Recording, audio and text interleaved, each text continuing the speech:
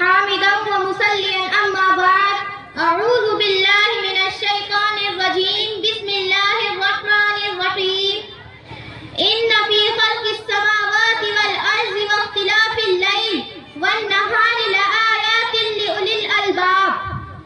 بتاؤں میں کیا مصطفیٰ دے گئے ہیں، بتاؤں میں کیا مصطفیٰ دے گئے ہیں، ہدایت کا ایک سلسلہ دے گئے ہیں، کلام الہی کی صورت میں ہم کو وہ ایک نسخہ کیمیا دے گئے ہیں، وہ ایک نسخہ کیمیا دے گئے ہیں. محترم سامعین، آج میری تقریر کا عنوان ہے قرآن اور سائنس. حاضرین مجلس، قرآن خالق کائنات کا وہ لافانی کتاب ہے جو رہتی دنیا تک کے لیے رشد و ہدایت ہے. قرآن پاک وہ کتاب ہے جس کی نظیر لانے سے دنیا عاجز و قاصر ہے. قرآن وہ کتاب ہے جس میں ایک ذرہ برابر بھی شک کی گنجائش نہیں. صاف لفظوں میں اعلان کر دیا گیا، ذالک الکتاب لا ریب فیہ، اور شک ہو بھی کیسے، اس کا اتارنے والا امین، جس کے ذریعے بھیجا گیا وہ بھی امین، جس ذات پر نازل کیا گیا وہ بھی امین، جس مہینے میں اتارا گیا وہ تمام مہینوں سے افضل، جس رات میں اتارا گیا وہ 1000 راتوں سے افضل. یہ ایسی کتاب ہے جس کی حفاظت کا وعدہ خود خالق کائنات نے لیا اور فرمایا اِنَّا نَحْنُ نَزَّلْنَا الذِّكْرَ وَإِنَّا لَهُ لَحَافِظُونَ. دنیا میں بڑے بڑے سخنور پیدا ہوئے، زبان و بیان کے شہسوار پیدا ہوئے، فصاحت و بلاغت کے ماہر فنکار پیدا ہوئے کہ جنہوں نے دعویٰ کیا کہ ہم بھی اس جیسا قرآن لے آئیں گے. لیکن قرآن نے کھلا چیلنج دے دیا کہ تم ایک سورت نہ صحیح، ایک آیت نہ صحیح، اس کے مثل کوئی آیت ہی لے آؤ. مگر قرآن کے چیلنجوں کے آگے سب ہاتھ پاؤں پھول گئے. معزز حاضرین، اس میں شک نہیں کہ قرآن سراپا ہدایت ہے، مگر اس حقیقت سے بھی انکار نہیں کیا جا سکتا کہ جہاں قرآن رشد و ہدایت کا پیغام لیے ہوئے ہے، وہیں پر ہر پہلو موجود ہے، چاہے وہ تجارت ہو، زراعت ہو، حکومت ہو، سیاست ہو، معاشیات ہو یا اقتصادیات. سائنس، ٹیکنالوجی، ہر علم و فن اس میں موجود ہے. آپ سوچ رہے ہوں گے کہ بھلا قرآن کا سائنس سے کیا لینا دینا، یہ تو ایک محض کتاب ہدایت ہے. لیکن اے لوگوں، میں بتاتی ہوں، قرآن صرف ہدایت کی کتاب نہیں ہے. تجارت کرنا چاہتے ہو، قرآن سے پوچھو، اے قرآن بتا تجارت کیسے کروں.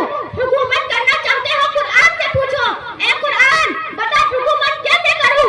خاندانی نظام بہتر بنانا چاہتے ہو، پوچھو قرآن سے، اے قرآن خاندانی نظام بہتر کیسے ہوگا. جج بننا چاہتے ہو، قرآن سے پوچھو، انصاف کیسے کیا جاتا ہے. ڈاکٹر بننا چاہتے ہو، قرآن سے پوچھو.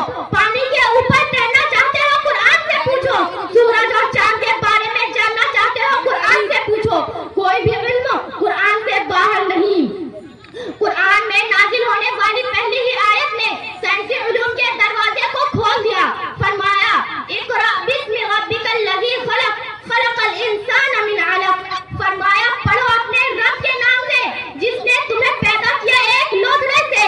یہ لوتھڑا کیا ہے، اس پر تحقیق شروع ہوئی، اور پھر سورہ فرقان کی ایک مکمل آیت نے مادر رحم کے اندر ہونے والے تخلیقی عمل کی مکمل تصویر کھینچ کر رکھ دی.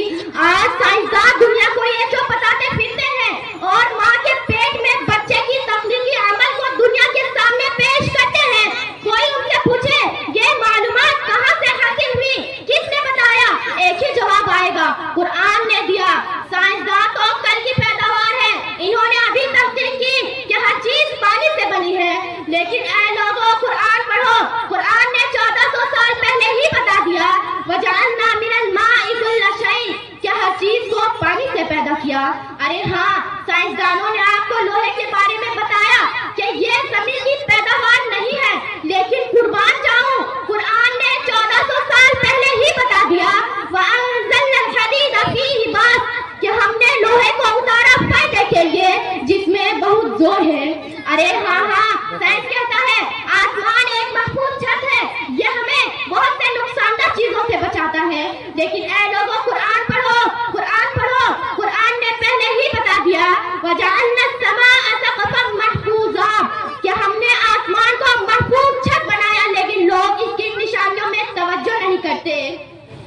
محترم سامعین، سائنس کہتا ہے یہ پہاڑ زمین کو ایک جگہ جمائے ہوئے ہے، اگر یہ نہ ہو تو زمین ادھر ادھر ڈولنے لگے، اس کی جڑیں زمین میں ہماری سوچ سے بھی زیادہ گہری ہے۔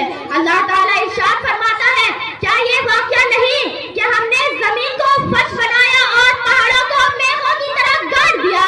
کائنات مستقل بڑھ رہی ہے۔ یہ بات 20ویں صدی میں اسٹیفن ہاکنگ نامی ایک سائنسدان نے کہی ہے۔ اس سے پہلے دنیا اس بات کا تصور بھی نہیں رکھتی تھی، لیکن اللہ تعالیٰ نے قرآن میں 1400 سال پہلے ہی ارشاد فرمایا، وَالسَّمَاءَ بَنَيْنَاهَا بِأَيْدٍ وَإِنَّا لَمُوسِعُونَ، کہ ہم نے آسمان کو اپنے ہاتھوں سے بنایا اور بے شک ہم اس میں وسعت دینے والے ہیں۔ 19ویں صدی تک دنیا اس بات کو مانتی تھی کہ یہ سورج ایک جگہ رکا ہوا ہے، جبکہ سیارے اور زمین اس کے گرد گردش کرتے ہیں، لیکن یہ تھیوری غلط ثابت ہوئی ہے۔ اب سائنس کہتی ہے کہ سورج بھی اپنے مدار پر گردش کر رہا ہے۔ یہ بات قرآن نے پہلے ہی بتا دیا کہ وہ اللہ ہی ہے جس نے رات اور دن بنائے، سورج اور چاند کو پیدا کیا، سب ایک ایک فلک میں تیر رہے ہیں۔ کہاں تک قرآن کا سائنسی معجزہ بتاؤں؟ سائنس کہتا ہے جب کوئی آدمی جھوٹ بولتا ہے تو اس کی پیشانی کی طرف دماغ میں ایک سرگرمی ہوتی ہے اور ایک لوب بنتا ہے۔ یہ بات قرآن میں اس طرح بتائی گئی ہے کہ اگر وہ باز نہ آیا تو اس کی پیشانی کے بال پکڑ کر کھینچیں گے، وہ پیشانی جو جھوٹی اور سخت خطا کار ہے۔ سائنس کہتا ہے درد محسوس کرنے کی صلاحیت ہماری پوری جلد میں ہوتی ہے، لیکن یہ بات 19ویں صدی میں سائنس نے ثابت کی۔ اب سائنس کہتی ہے کہ درد دماغ کے ذریعے محسوس کیا جاتا ہے، لیکن یہ تھیوری غلط ثابت ہو گئی ہے، جبکہ قرآن نے 1400 سال پہلے ہی بتا دیا کہ جب ان کے بدن کی کھال گل جائے گی تو اس کی جگہ دوسری کھال پیدا کر دیں گے تاکہ وہ خوب عذاب کا مزہ چکھے۔ اللہ بڑی قدرت رکھتا ہے۔ محترم سامعین، یہ تو کچھ جھلکیاں تھی جن کو آپ کے سامنے پیش کیا، ورنہ قرآن سائنسی علوم سے بھرا پڑا ہے۔ قرآن ہمیں بار بار کہتا ہے تم غور کیوں نہیں کرتے، تمہاری عقلیں کہاں ہے؟ قرآن ہمیں غور و فکر کی دعوت دیتا ہے، لیکن افسوس مسلمانوں نے قرآن کا مذاق بنا دیا۔